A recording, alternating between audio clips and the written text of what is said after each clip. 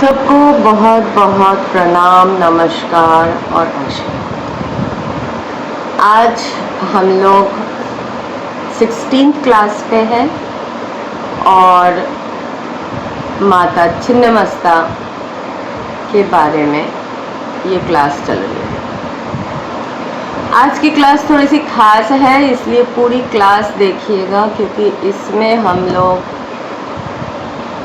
वो episodes discuss करने वाले हैं। क्योंकि माता छिन्नमस्ता के पूजा में कहा जाता है, जो लोग माता छिन्नमस्ता की साधना करवाते हैं, ये लोग एक भ्रमित फैला के रखे हैं कि इसमें नग्नता की ज़रूरत है, काम की ज़रूरत है, इसमें शारीरिक संबंध की ज़रूरत है।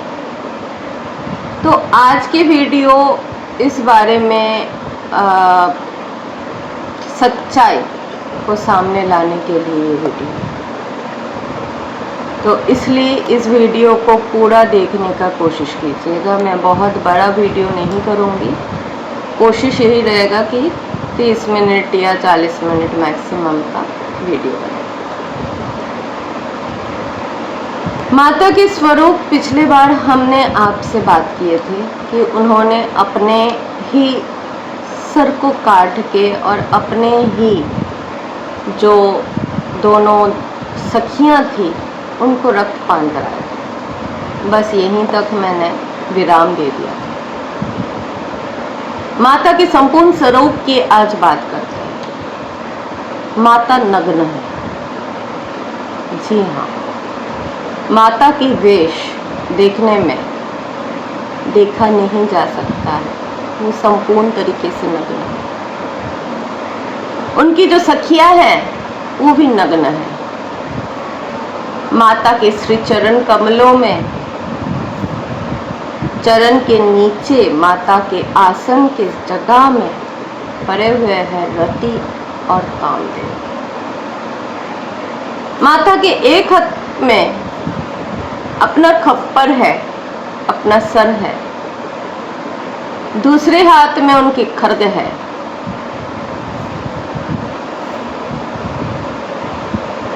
हमने पहले भी आपसे बात किए थे कि हमारे हिंदू धर्म, हिंदू सनातन धर्म जो है वो प्रतीकात्मक,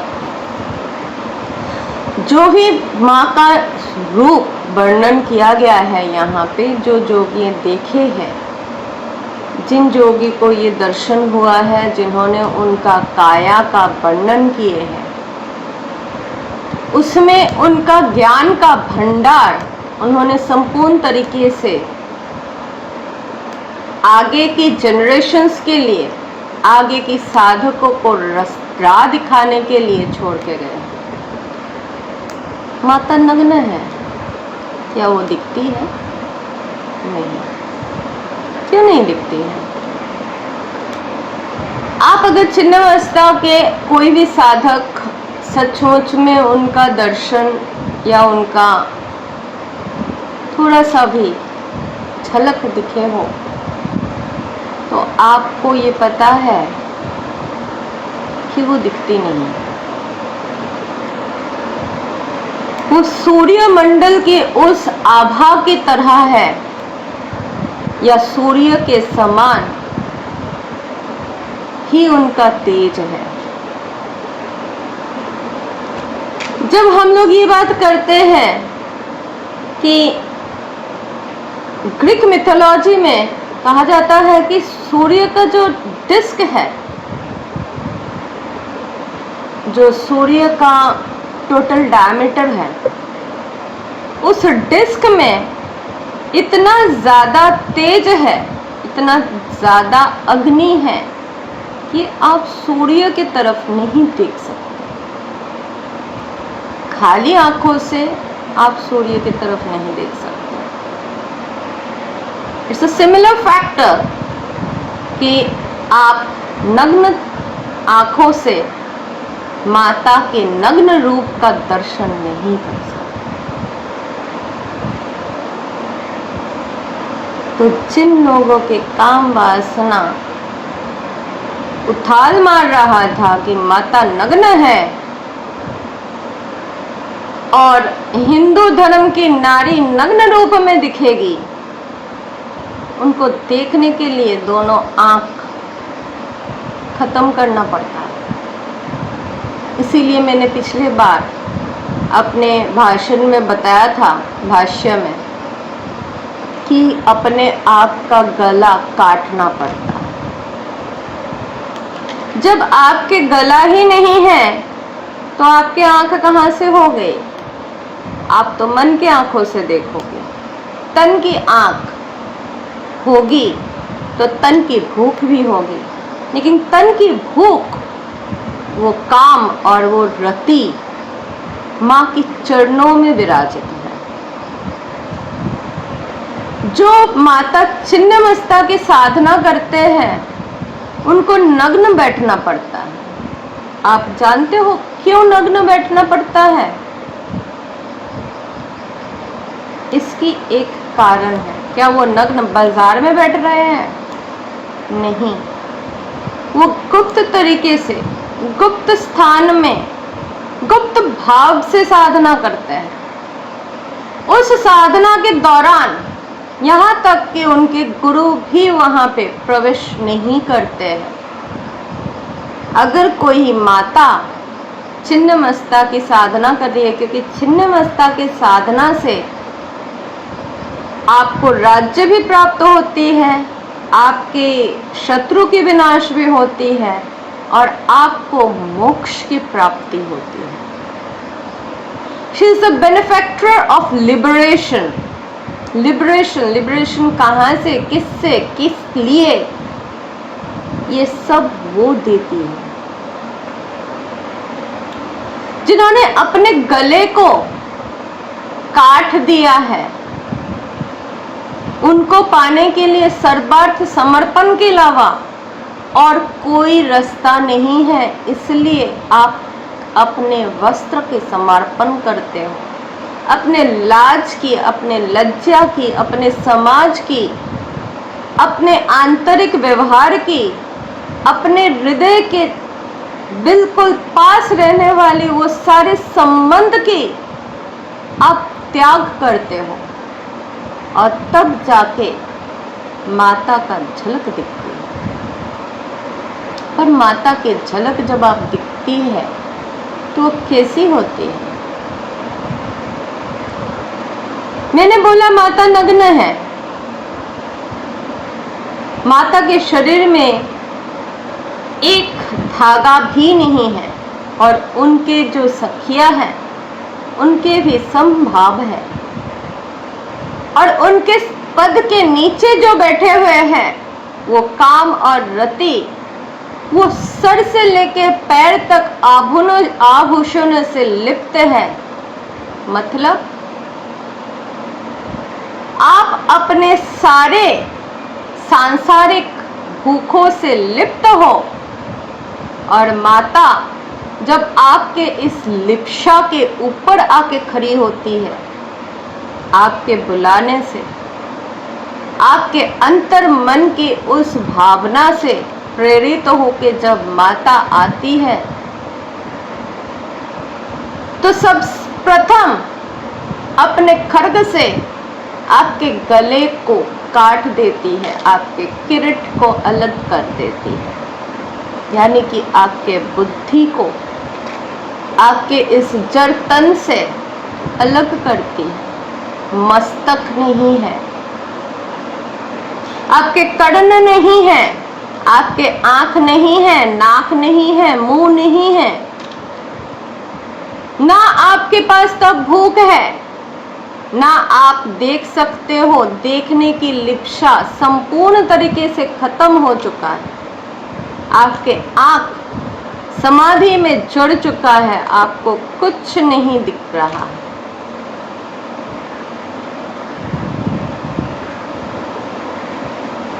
जो मेरे संतानों को भ्रम हो जाता है, माता साधना में बैठे हुए हैं, कुछ दर्शन नहीं हो रहा है, बेटा इससे ज्यादा अच्छा तो गुरु की कृपा ही नहीं है।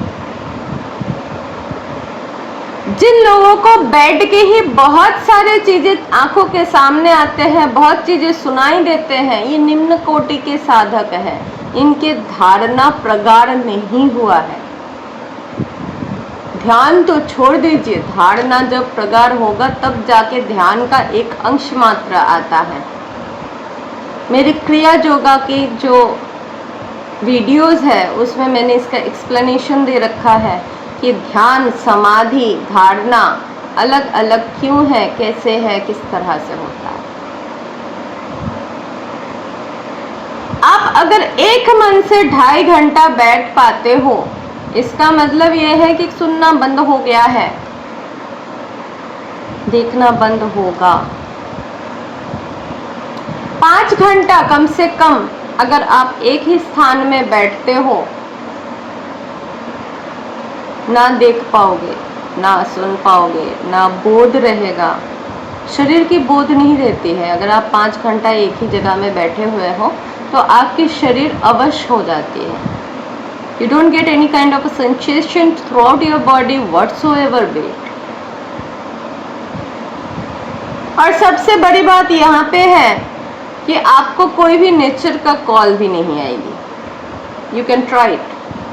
It's my experience.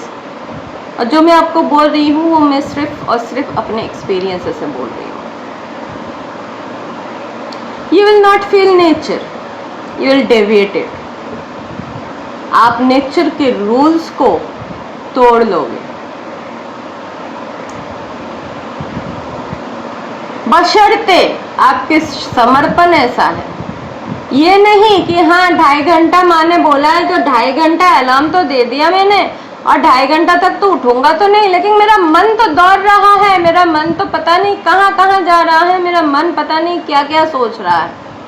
आप साधना में भी बैठे नहीं हो, बैठना सीखा भी नहीं है। साधना कोई खेल नहीं है, साधना कोई मतलब ऐसी चीज नहीं है कि कोई भी आप कर सकते हो। आप काम बहुत कुछ कर सकते हो, लेकिन साधना कोई ऐसे नहीं कर सकता है। ये बिड़ला कर सकता है, नहीं तो हर कोई स्वामी विवेकानंद, परमहंस रामकृष्ण देव, काठिया बाबा या पिंगला रानी बहुत कुछ बन के बैठे हुए हैं, अरुंधति जी बहुत कुछ बन के बैठे हुए हैं। आजकल तो आज तक क्यों नहीं बनी? महात्माएं आज क्यों नहीं बन रही है? महात्मा के रूप में बहुत लोग हैं पर महात्मा नहीं है।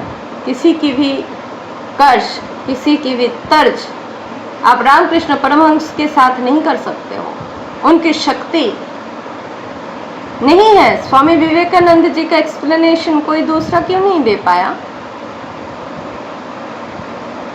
मैं ये नहीं बोल रही हूँ कि मैं महान हूँ, मैं वहां तक पहुंच भी नहीं पाऊंगी शायद, लेकिन मेरे आंखों के सामने ऐसा कोई है नहीं, और जो लोग हैं वो किसी के भी आंखों के सामने नहीं आते हैं।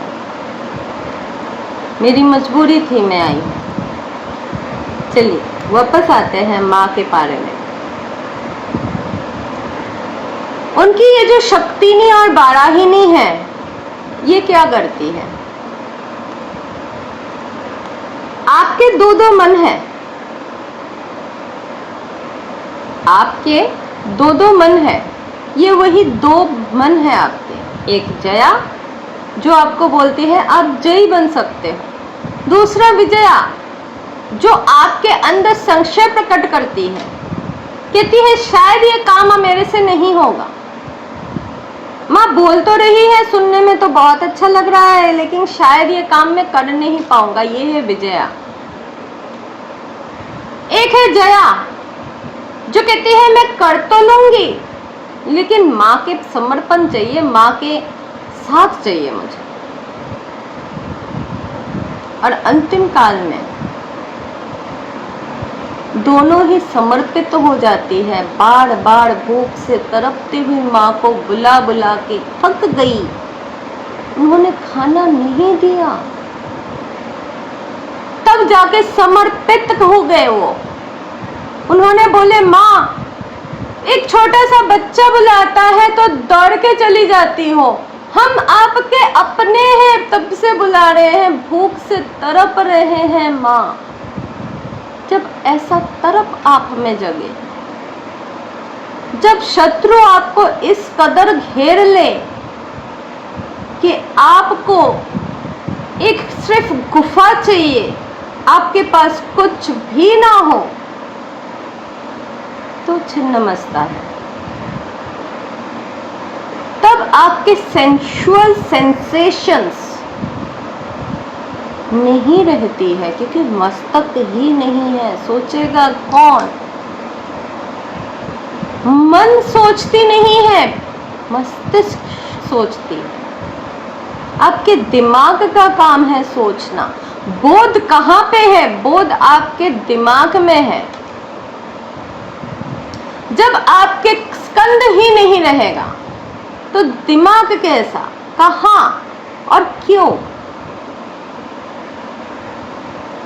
सिर्फ ये किरीट क्या कर लेगा? हाथ पैर अकेला क्या करेगा? जब ब्रेन उसको हाथ पैर को उठाने का जो इंस्ट्रक्शंस आता है, it's a scientifically proven theory कि your brain instructs you to walk. जब आपका ब्रेन से आपको इंस्ट्रक्शन ही नहीं पहुंचेगा कि हाँ हाथ उठाओ, कोई तुम्हें मारने आ रहा है उसको उल्टे करके मारो, कोई मारने आ रहा है तो दूसरा गाल नहीं देते हैं, कोई मारने आता है तो उसको साथ में मारते हैं। ये हिंदू धर्म है।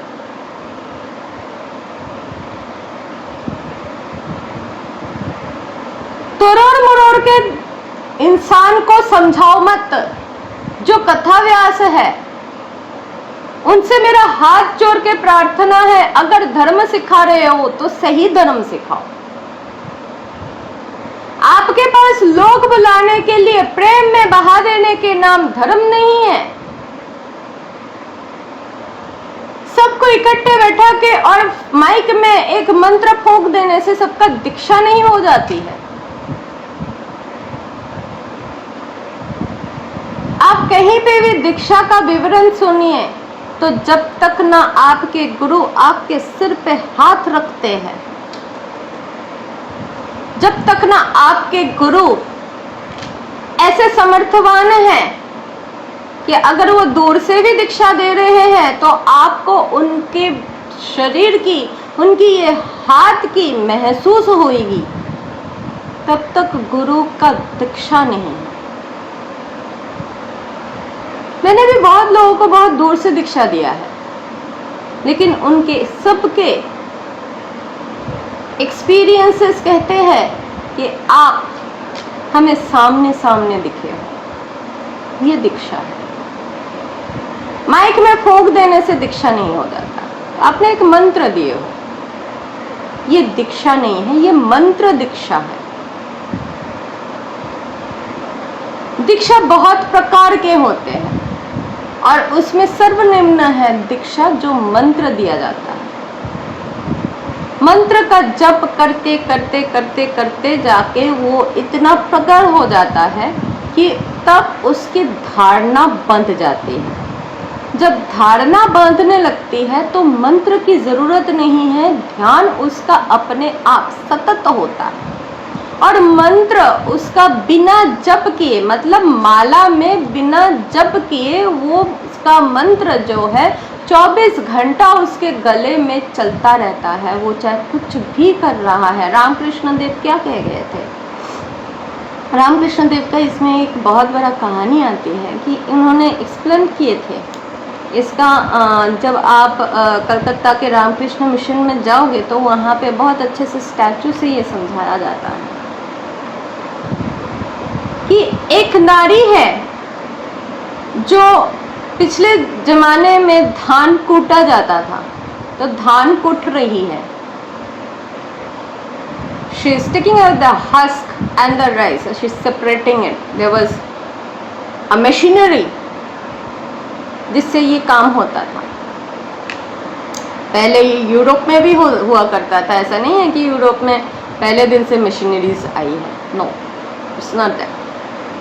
Europe was advanced but not advanced than the Vedic Sanatan Dharma of India. जो सनातन था वो much more scientific था in comparison with that times Europe.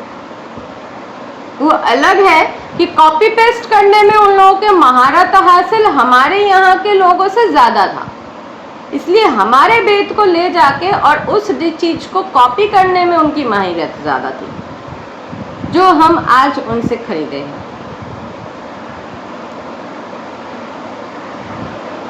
तो माता क्या कर रही है कि वो धान तो कूट रही है, लेकिन हाथ में बच्चे को भी पाल रखी है। बच्चा रो रहा है तो बच्चे को दूध भी पिला रही है। ग्राहक आया है उनसे धान खरीदने, तो उनसे बात भी कर रही है ये काम करते करते, लेकिन उनका मन कहाँ है? उनका मन उस ज्ञाति कल में है जहाँ पे वो धान जो कर रहे हैं ना, वहां पे पाड़ लगाना पड़ता था, हाथ लगाना पड़ता था। तो उनका ध्यान वो हाथ में है, क्योंकि अगर वो पड़ गया उनके हाथ में तो उनका हाथ खत्म हो जाएगा जिंदगी भर के लिए। ऐसे ही मंत्र क्या करता है कि आपका ध्यान उतना प्रगाढ़ कर देता है कि चाहे आप जिंदगी में कोई भी काम कर रहे हो, आपका मंत्र चल रहा है। You can be the president of a country but you are uttering your मंत्र, और ये होता है, आज ही हो रहा है।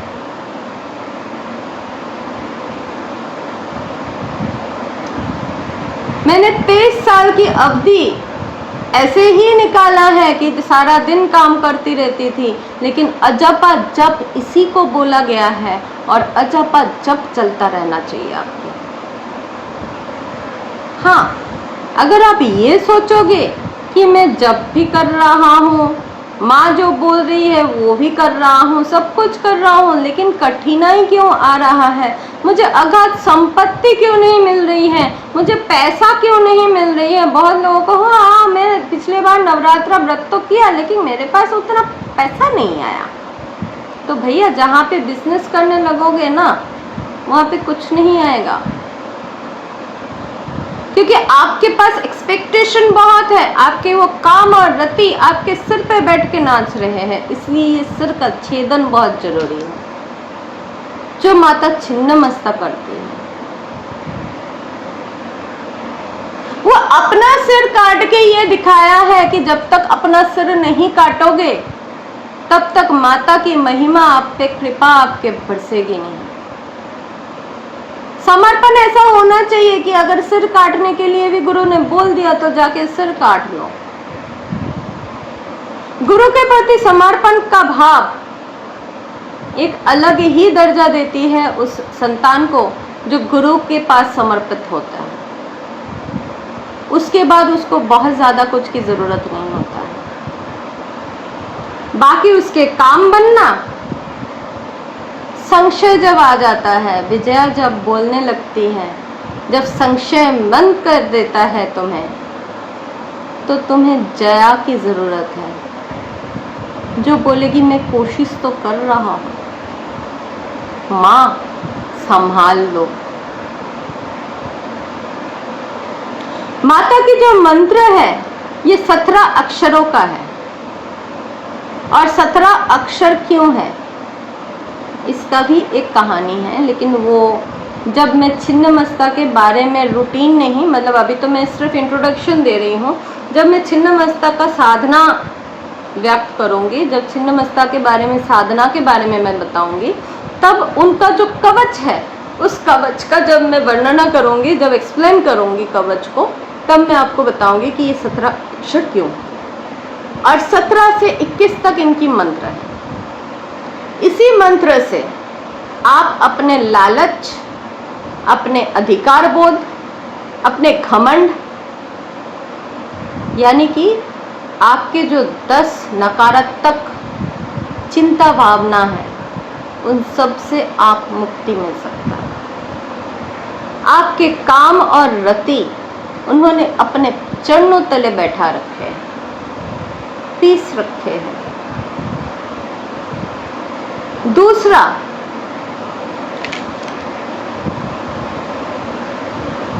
आप सब जानते हो कि मैं कामाख्या की कॉल हूं, और मेरे पास बहुत सारे ऐसे कंप्लेंट्स आ रखे हैं कि यहाँ तक कि कामाख्या और तारापीठ में भी जो लोग मात्र साधना करा रहे हैं, वो छिन्नमस्ता के नाम से ये कहते हैं कि जब तक ना आप देह के साथ देह मिला रहे हो, यानी कि संभोग कर रहे हो, तब तक आप छिन्नमस्ता का आचरण नहीं कर सकते। आपको पता है छिन्नमस्ता क्या है? और उनके श्री चरणों में ये जो काम और रति बैठे हुए हैं, वो किस रूप में है? वो काम करते हुए दिखते हैं।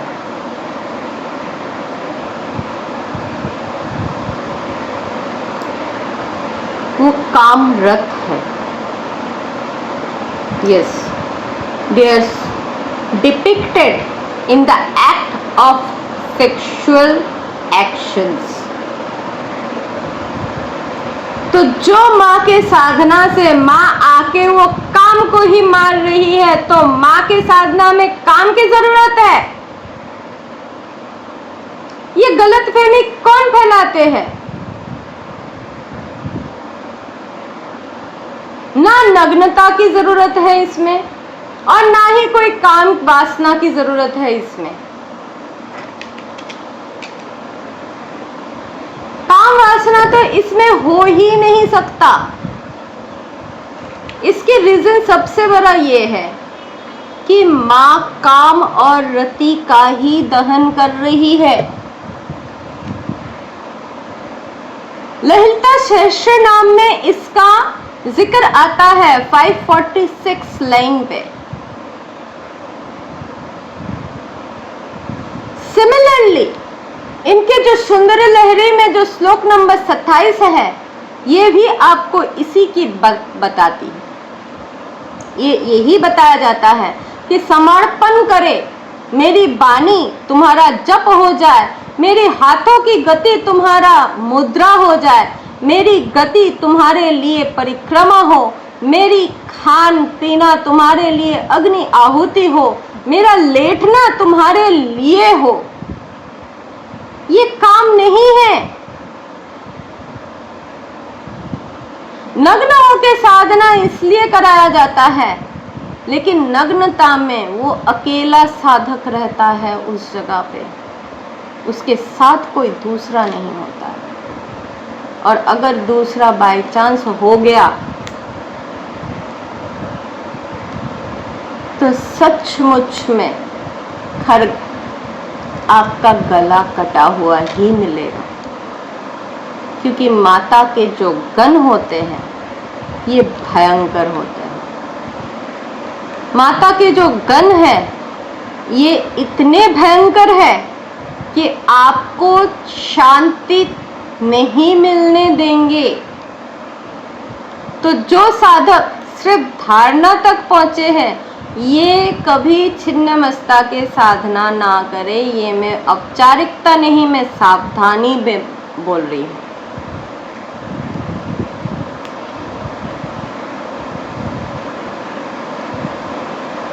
चलते हैं हम लोग ध्यान साधना में, क्योंकि माता की साधना में जो लोग कुंडलिनी जोगी है, इनका साधना ये लोग करते हैं। कुंडलिनी शास्त्र में 3 नाड़ियां हैं, प्रधान, ईरा, पिंगला और सुषमा। मैंने पिछले बार का क्लास में भी आपको बताया था कि ईरा, पिंगला और सुषमा का माँ के साथ जो डायरेक्ट कनेक्शंस हैं वो ये है कि माँ के 3 रक्त धारा जो दोनों सखियों को गया था वो ईरा और पिंगला कहा गया है, और जो माँ स्वयं खुद अपने मुंह पे ले रही है उसको सुषमा कहा गया है।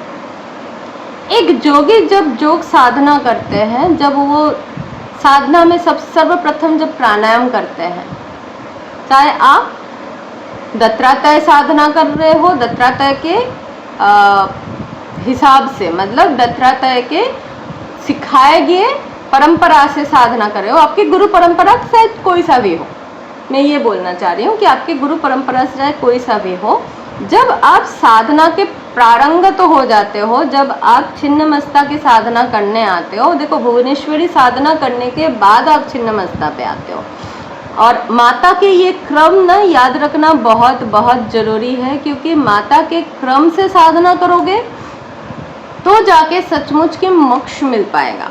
सचमुच के ज्ञान मिल पाएगा। और अगर कभी आपको मन हुआ मैं तो प्रत्यंगिरा का साधना करूंगी, मैं तो उस भुवनेश्वरी की करूंगी, मेरा तो ललिता माता ही है, भैया ऐसा है, अपने मन को अपने पास रखो और गुरु परंपरा में अगर साधना करनी है तो जैसे गुरु बोले बिल्कुल वैसे ही करो।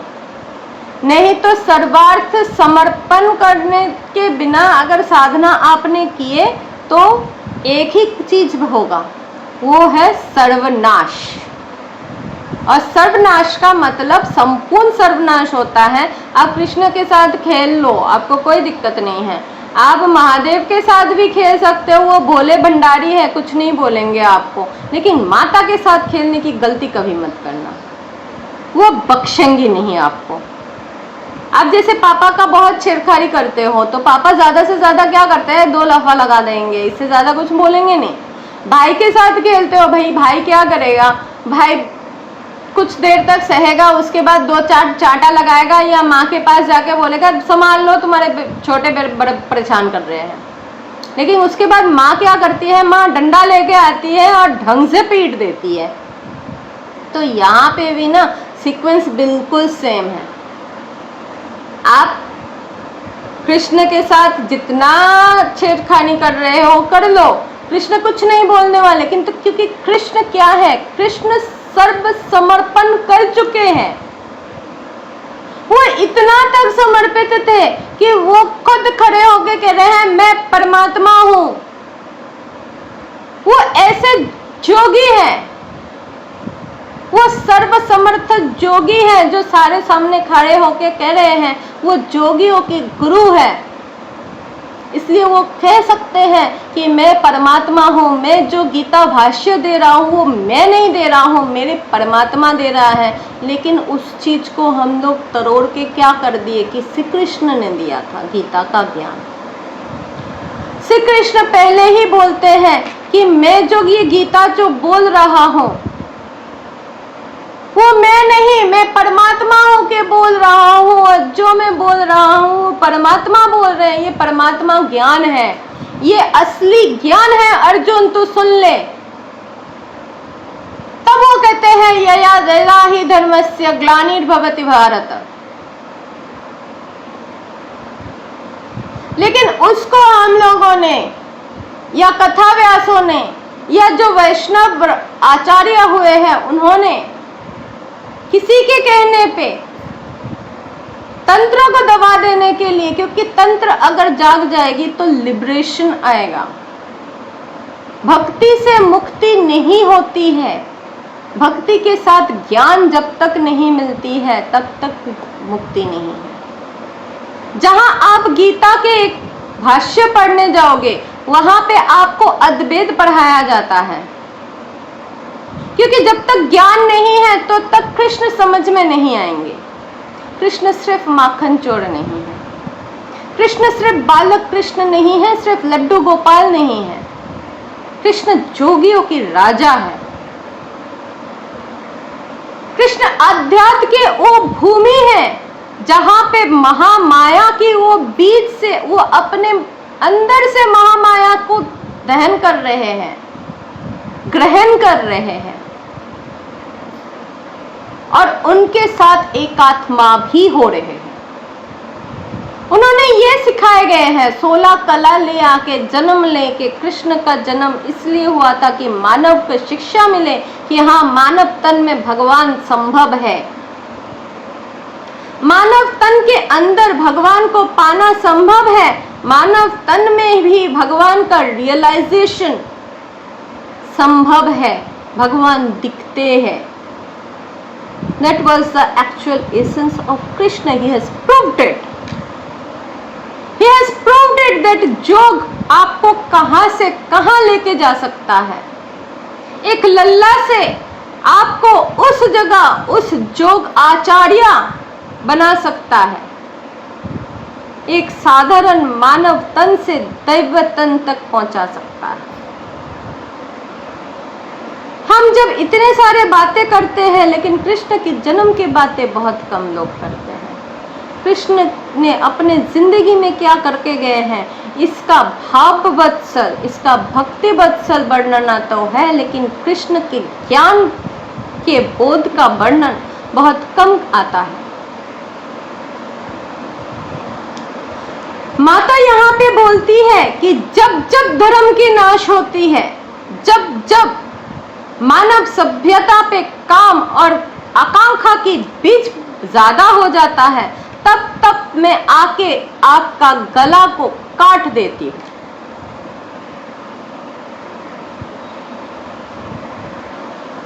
और धर्म की पुनर्प्रतिष्ठा करके जाती हूँ, ताकि जिसको धर्म के बारे में नहीं संपूर्ण ज्ञान है, वो माता की इस ज्ञान से अपने मोक्ष की प्राप्ति कर सके। इसीलिए छिन्नमस्ता को मोक्षदायिनी कहा गया है। हम लोग इसी के साथ छिन्नमस्ता के इंट्रोडक्शन संपन्न करते हैं। अगले बार हम लोग नेक्स्ट में आएंगे। अगर आप में से किसी को भी कोई भी क्वेश्चन करना है, मेरी फेसबुक मैसेंजर ओपन है, मेरा ईमेल आईडी ओपन है, डिस्क्रिप्शन में है। अगर आप बोलोगे तो मैं इस वीडियो के डिस्क्रिप्शन में भी डाल दूंगी। आप लोग कभी भी कहीं पे भी कहीं से भी मेरे साथ योगायोग कर सकते हो, लेकिन हाँ, इसकी डिमांड मत रखना कि आपके पास आके कुछ करना है, आपको फ़ोन करना है। आप अपना प्रश्न ज़रूर पूछ लीजिएगा, मैं अपने समय अनुसार आप उसकी जवाब ज़रूर दे देती हूँ। हाँ, हो सकता है कि अभी के अभी मेरे से नहीं दिया जाया, क्योंकि काम बहुत ज़्यादा रहता है, स्पेशली साधना का बहुत क्रम रहता है। ऐसा नहीं है कि मैं पूर्णतः मिल गया है मुझे तो मेरा यहाँ पे काम कम है।